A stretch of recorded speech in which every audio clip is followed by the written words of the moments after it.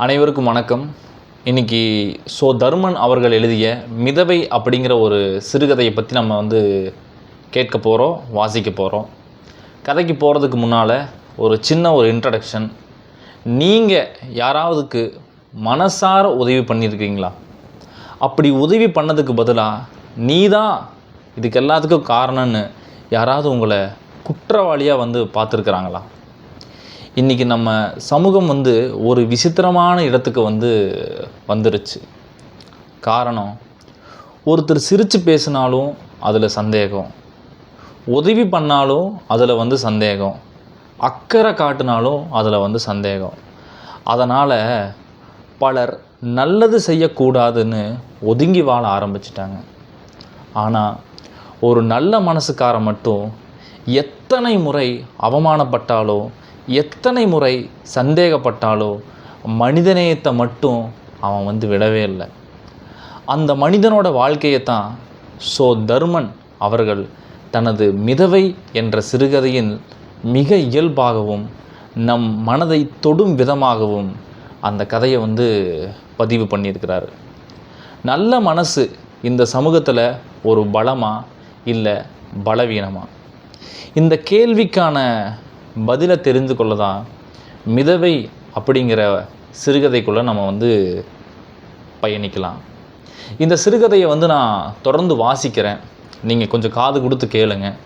இந்த சிறுகதை எப்படி இருந்துச்சு, இந்த சிறுகதை நம்மளோட மனதை தொடுதா அப்படிங்கிறத நீங்கள் முழுசாக கேட்டுட்டு அதுக்கப்புறம் நீங்கள் உங்களோட கருத்துக்களை பதிவு செய்யுங்க. கதை இப்படி ஸ்டார்ட் ஆகுது. உங்களோட காதுகளை எனக்கு ஒரு 5 நிமிஷம் கொடுங்க. கண்டிப்பாக அந்த கதை உங்களுடைய வாழ்க்கையில் ஏதோ ஒரு விதத்தில் நடந்திருக்கக்கூடிய சம்பவங்களாக இருக்குன்னு நான் நினைக்கிறேன். கதைக்குள்ளே போகலாம். நம்ம முன்னாலேயே சொன்ன மாதிரி இந்த கதையினுடைய ஆசிரியர் தர்மன். கதையினுடைய தலைப்பு மிதவை. இந்த கதை ஆரம்பிக்கிறது. ஒரு மனிதன் நல்லவனாக இருப்பது இந்த சமூகத்தில் சில நேரங்களில் ஒரு குற்றமாக மாறிவிடுகிறது. யாருக்காவது உதவி செய்தால் கூட இதுக்கு பின்னாடி என்னமோ ஒரு நோக்கம் இருக்குதில்ல என்று சந்தேகப்படும் உலகத்தில் நாம் வாழ்கின்றோம். அப்படிப்பட்ட ஒரு நல்ல மனிதனின் வாழ்க்கையில் தொடர்ந்து நடக்கும் சம்பவங்களையே மிக எளிமையாகவும் அதே நேரத்தில் நம்மை ஆழமாக சிந்திக்க வைக்கும் விதமாகவும் எழுதியிருக்கிறார் எழுத்தாளர் தர்மன் அவர்கள். இன்று நாம் பார்க்க போகும் சிறுகதையோ மிதவை. இந்த சிறுகதையை எழுதிய ஆசிரியர் பற்றி பார்த்தோம் அப்படின்னா, சமகால தமிழ் இலக்கியத்தில் தனித்துவமான குரலாக திகழ்பவர் தர்மன் அவர்கள். கிராமிய வாழ்க்கை, சாதாரண மனிதர்களின் மனநிலைகள், சமூகத்தின் முரண்பாடுகள், வறுமை, மனிதநேயம் போன்றவற்றை இயல்பான மொழியில் எழுதுவதில் இவருக்கு தனி இடம் உண்டு. இவரது கதைகள் வாசித்து முடித்த பிறகு நம்மை நீண்ட நேரம் சிந்திக்க வைக்கும். மிதவை அதற்கு சிறந்த ஒரு உதாரணமாக இந்த சிறுகதை இருக்கும். கதை இப்படி தொடங்குது. இந்த கதையின் நாயகன் பொன்மாடன் மிக நல்ல மனம் கொண்ட ஒரு இளைஞன். ஆனால் அவன் வாழ்க்கையில் ஒரு விசித்திரமான விஷயம் தொடர்ந்து நடக்கிறது. அவன் யாருக்காவது உதவி செய்ய நினைத்தால் அது அவனுக்கே பிரச்சனையாக மாறிவிடுகிறது. அதனால்தான் அவனுடைய அப்பா எப்போதும் இவன் எங்கே போனாலும் ஊர்வம்ப நம்ம வீட்டுக்கு தான் வரும். அதாவது இந்த பொன்மாடன் எங்கே போனாலும் ஊர்வம்பை இழுத்துட்டு வந்துடுவான் அப்படி என்று சொல்லிக்கொண்டே இருப்பார் அவருடைய அப்பா. வேலை தேடி அலையும் பொன்மாடன் ஒரு நாள் தலைமை தபால் நிலையத்திற்கு செல்கின்றான்.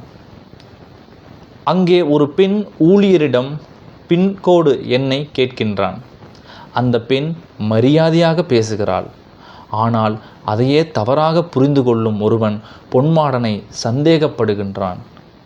நல்ல மனசோடு பேசினால் கூட சமூகம் சந்தேகப்படுகின்றன என்ற கேள்வியை எழுத்தாளர் இங்கே எழுப்புகிறார்.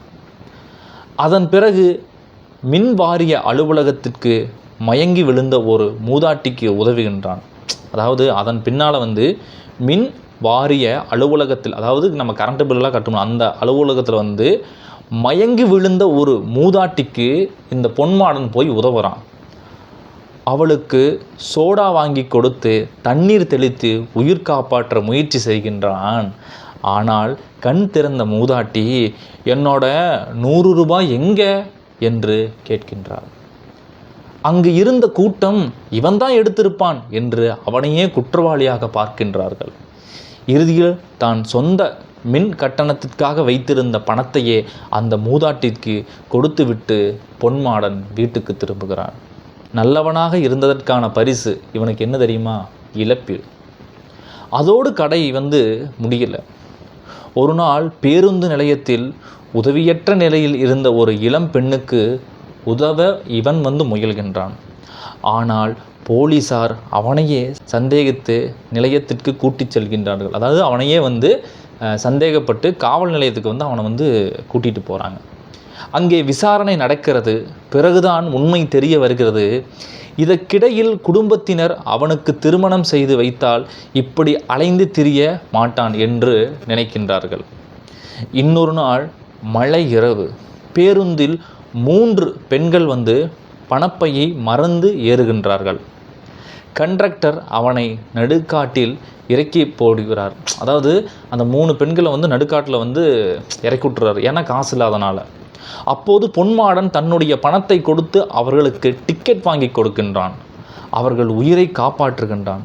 மறுநாள் வீட்டுக்கு போலீசார் வருகின்றார்கள். மீண்டும் அவன் அதிர்ச்சி அடைகின்றான். இந்த முறை கைது செய்ய அல்ல, அவன் செய்த மனிதநேய செயலுக்கு பாராட்டு தெரிவிக்க. ஒரே ஒரு நல்ல செயல் இந்த முறை அவனை சந்தேகப்பட வைக்காமல் மதிக்க வைக்கிறது. இந்த கதை என்ன சொல்ல வருகிறது அப்படின்னா, இந்த உலகத்தில் நல்லவர்களுக்கு எல்லா நேரமும் நல்லதே நடக்காது. பல நேரங்கள் அவர்கள் தவறாக புரிந்து கொள்ளப்படுவார்கள், சந்தேகப்படப்படுவார்கள், அவமானப்படுத்தப்படுவார்கள். ஆனால் அதற்காக நல்லதை செய்வதை நிறுத்திவிடக்கூடாது. ஏனென்றால் ஒரு நாள் அந்த நன்மை நிச்சயம் மதிக்கப்படும். இந்த கதையிலிருந்து நம்மளோட வாழ்க்கை பாடத்தை எப்படி எடுத்துக்கணும் அப்படின்னா, ஒரு நல்ல மனிதன் எதிர்பார்ப்பில்லாமல் உதவுவான். உண்மையான மனிதநேயம் என்பது கைத்தட்டல் கிடைக்கும்போது மட்டும் செய்யப்படுவது அல்ல. யாரும் பாராட்டாத நேரத்திலும் நல்லதை செய்வதே உண்மையான மனிதநேயம். இந்த கதையில் நம்மளுடைய எழுத்தாளரோட நடை எப்படி இருக்குதுன்னா, தர்மன் இந்த கதையின் மிக எளிய மொழியை பயன்படுத்தியிருக்கிறாரு. எங்குமே செயற்கையான விஷயங்கள் இல்லை. நகைச்சுவை இருக்கிறது, வேதனையும் இருக்கிறது, சமூக விமர்சனமும் இருக்கிறது. அனைத்துக்கும் மேலாக மனிதநேயத்தின் மனம் முழுக்க கதையிலும் வீசிகிட்டே இருக்குது. முடிவாக, இந்த கதையினுடைய முடிவாக, மிதவை என்பது ஒரு மனிதன் கதை மட்டுமல்ல, நல்ல மனசு கொண்ட ஒவ்வொருவரின் வாழ்க்கையிலும் நடந்திருக்கக்கூடிய உண்மை சம்பவங்களின் பிரதிபலிப்பு தான் இந்த மிதவை அப்படிங்கிற கதை. இந்த கதை நம்மிடம் ஒரு கேள்வியை விட்டு செல்கிறது. யாரையாவது சந்தேகப்படுவதற்கு முன் அவர்களின் நல்ல மனதை நம்ப கற்றுக்கொண்டோமா? அதனால்தான் நல்ல மனம் சில நேரங்களில் துன்பத்தை சந்திக்கலாம், ஆனால் மனிதநேயம் ஒருபோதும் தோற்பதில்லை அப்படின்னு இந்த கதையை நான் முடிக்கிறேன்.